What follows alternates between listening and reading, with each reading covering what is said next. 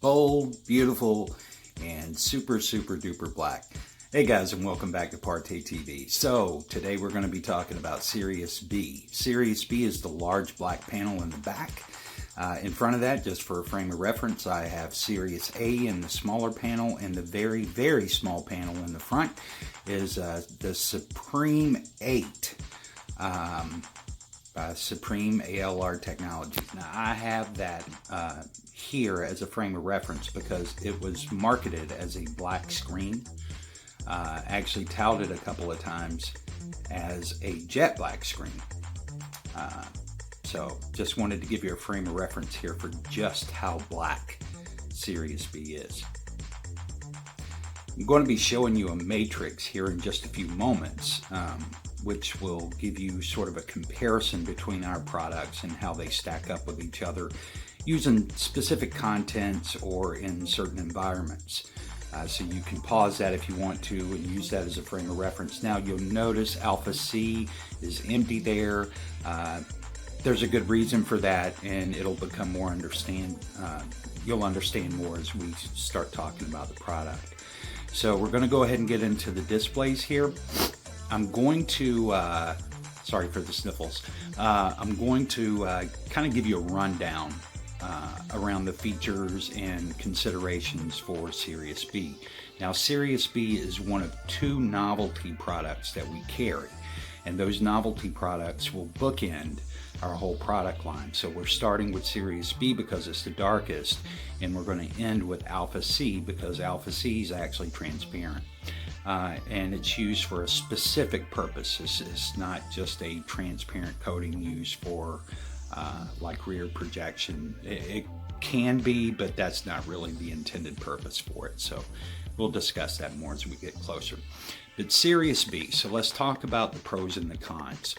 So it does have limitations, which is why it gets thrown into a novelty category as opposed to a general purpose category, which Sirius A, Vega UST are all going to be general purpose screens, meaning that you can watch pretty much any content in most environments. Okay, most. Well, I would say anywhere from no light to low ends of moderate light.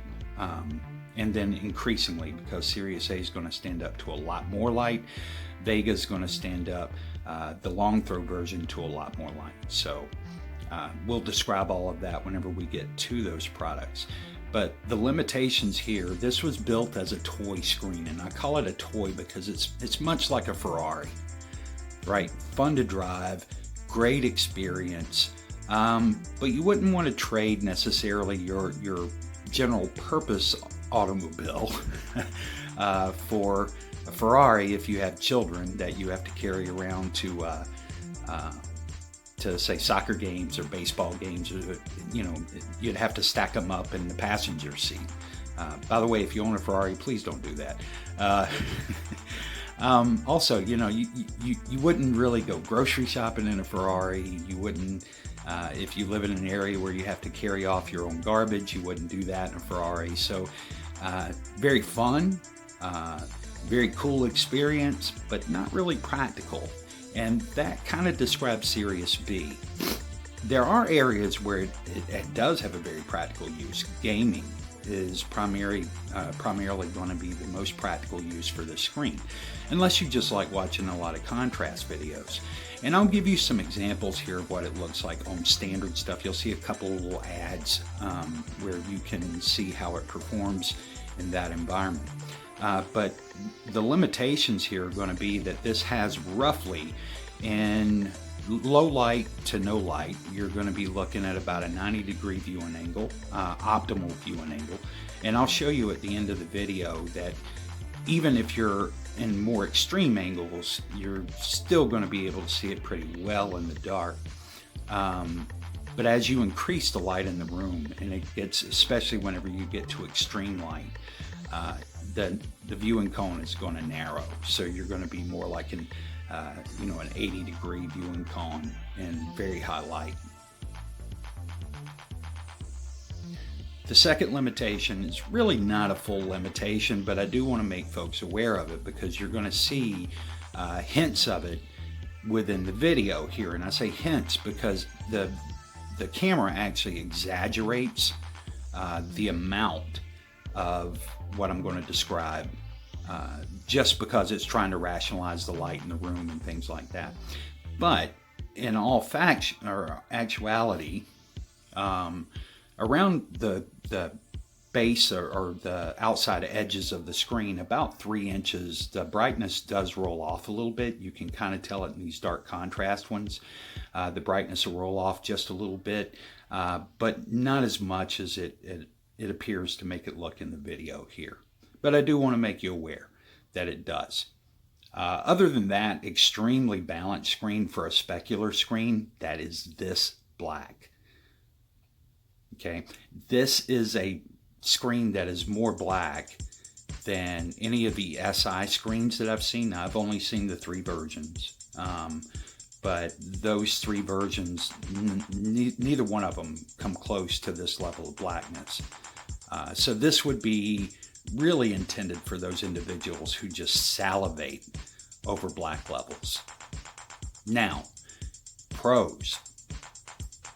The pro of this screen is that, once again, for gaming, awesome, just amazing. And the reason for that is because it gives a level of 3D realism because of the deep black levels that you're just not going to get out of another screen. No matter how bright, how bold, how color bold it is, it's just not going to give you the same experience because you get, now when I say 3D, I don't mean 3D as in the glasses, but you get a very three-dimensional experience out of this. And this video here is absolutely great for that.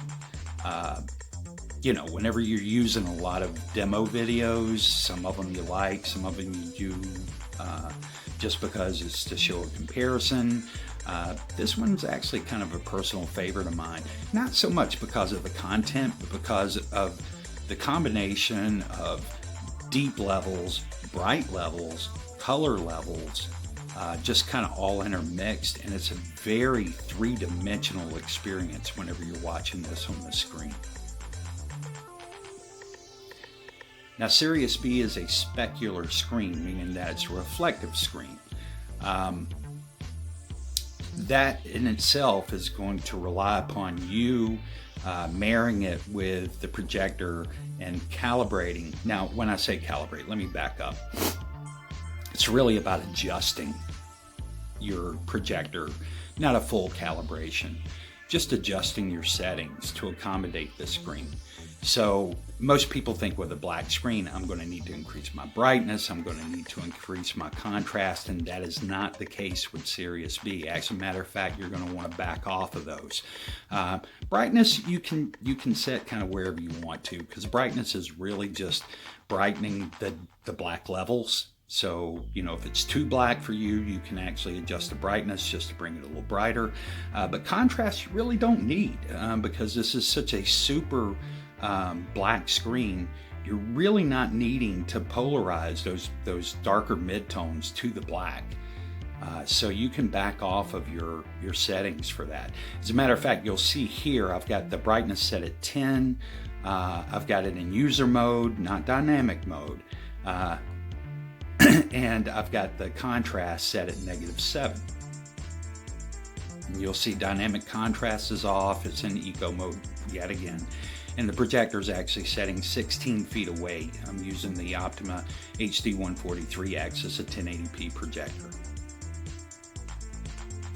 Now, I also set this up. I didn't do a representation in this video. I'll go back and do that in one of the other little quick hits that throw up. So those quick hits are just communications in between our formal episodes. But I'll do one in quick hits where I show you in cinema mode. In cinema mode is in that you can probably pull down your brightness to about -10, as well as your contrast to about -10 on this projector. So, you know, on whatever projector you're using, you know, obviously those numbers are going to be different, but you get a sense of what I'm talking about. You just want to back off of those a little bit. You don't need it. It's a specular screen, so that means it's going to be bright by nature whenever the light hits it. So you don't need to add additional light to help compensate for what's being absorbed.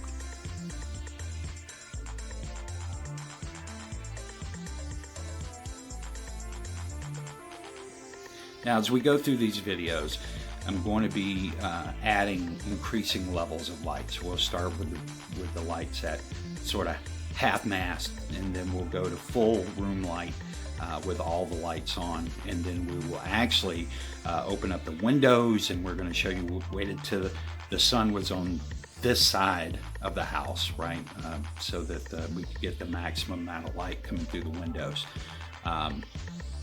But when we do that, I want you to see that this screen is actually taking on a lot of front-facing light. So all those bay windows are facing the screen.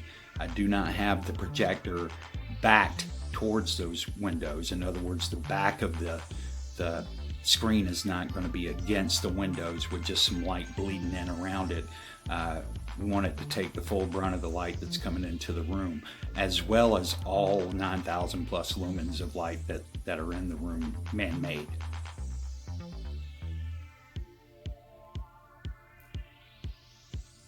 Projector usage. This is meant for long throw and standard short throw. Ultra short throws will not do well with this screen whatsoever. They don't tend to do well with specular screens unless you have like a sawtooth pattern or something that's going to be pushing the image back at you, because the more specular you make it, actually the more reflective it's going to be, obviously. So whenever your light hits it at such a shallow angle, it's going to be skating the light off the surface, much like it does with ambient light. So it would almost treat UST light like ambient light, because this is an ALR screen. Not ALR in the sense of ambient light rejection. To me, that speaks to microstructures in the screen. This is more ambient light reflective, meaning that your ceiling light that would bounce up from the floor, light coming in from the left or from the right of the screen is going to be skated off of the screen, while your projector light gets to enjoy sitting right in that rectangle.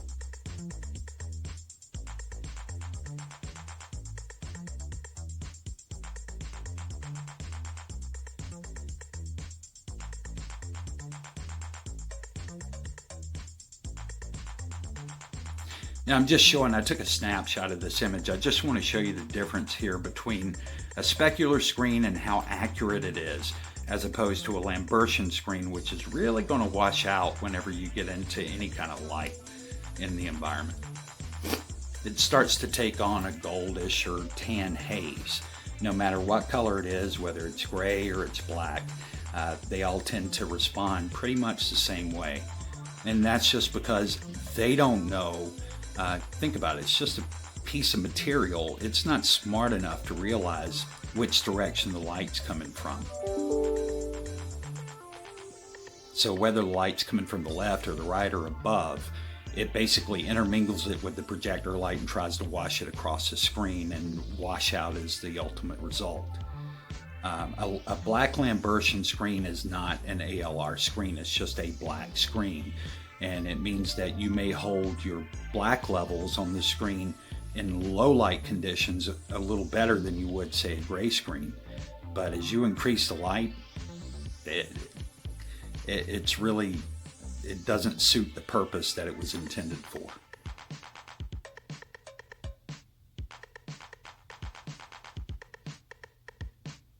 Now, difficulty in creating something like Sirius B because there's a lot going on here.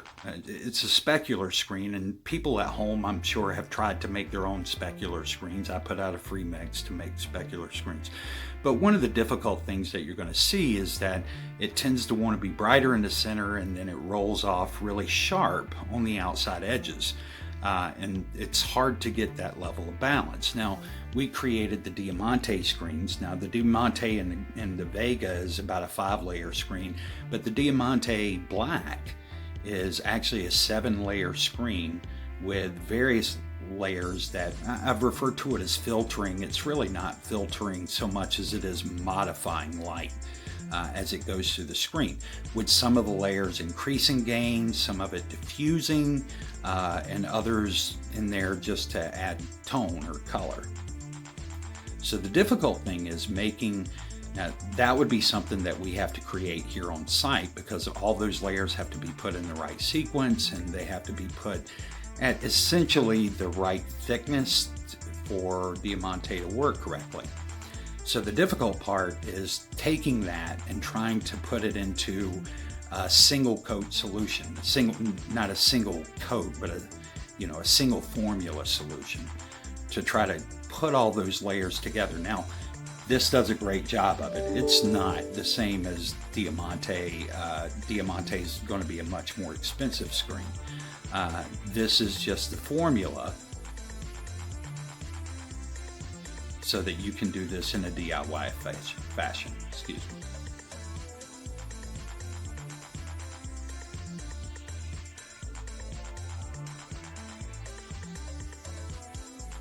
The difficulty here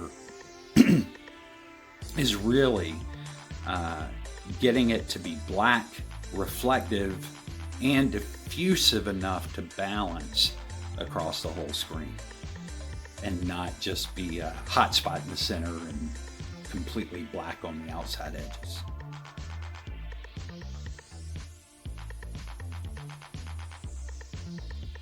Now, you'll see numerous times I'm going to show you where the settings are, and up to this point we're all in eco. Now towards the end you'll see where I give it a slight bump in the brightness, and you can also see there just how bright it is, because the Vega screen has washed out a lot. Now I have a setting on, user setting on the Vega that compensates for that, because we keep it in a pretty low base setting whenever we're in the room watching content. Truth is, in that room, whenever we're watching the Vega screen, we never have more than the 2 side lamps and my nano leafs on. This level of brightness is more than, having been to a lot of friends' house and things like that, when we all go to people's homes, this is much brighter than any living room I've ever been in, period. And it was designed to do this, just for this purpose, for Part A. The other rooms in the house are not going to be this bright, but this was designed to be Part A central, so that we could amp up the light, just specifically for the purposes of stress testing the products.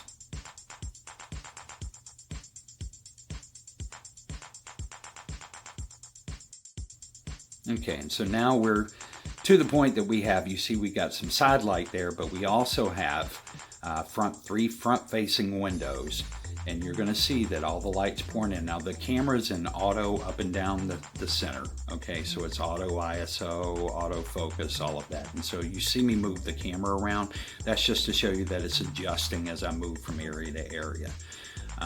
So this is an extreme light, and you can see the white Kelvin light that's coming in and hitting the screen directly. And the reason I did this was to give you a very stress test example of how well the image still holds up in this kind of light, even though it's fighting the external ambient light front facing for real estate.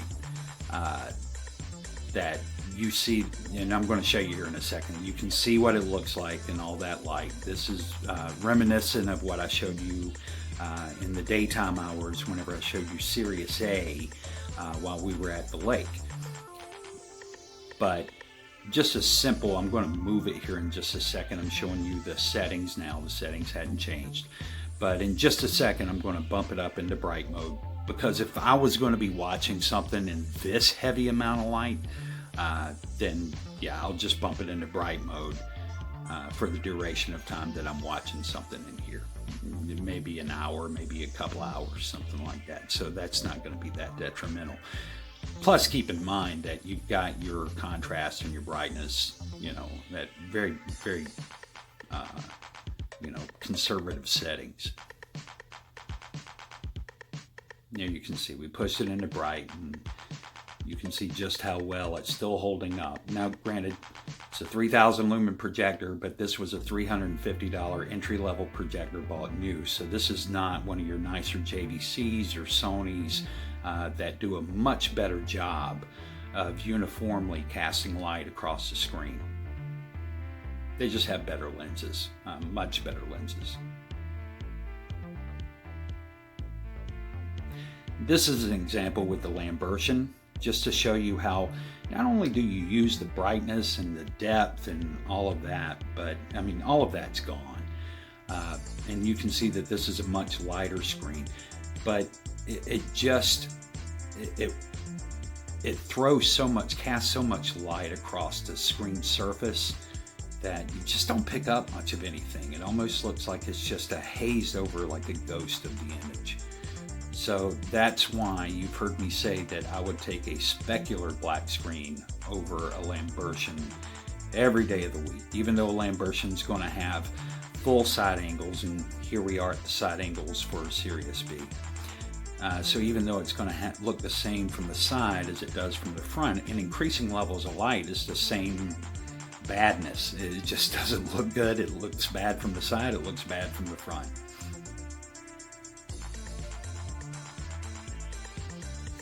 Now this is, you're going to notice that it darkens out. I'm standing about 45 degrees off center, and you can see that it starts to darken out, or it darkens out a bit to the right side. As I start to diminish the lights in the room, you're going to notice that that becomes less and less.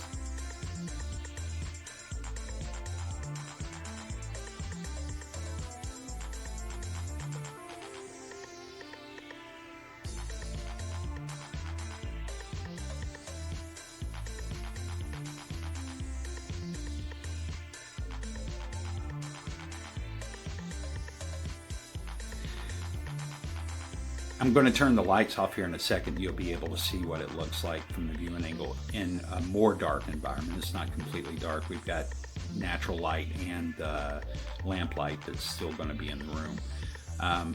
And I know, I just want to hit this. I know some people have been frustrated because we haven't opened up the bins. I'll cover off on that in the next upload.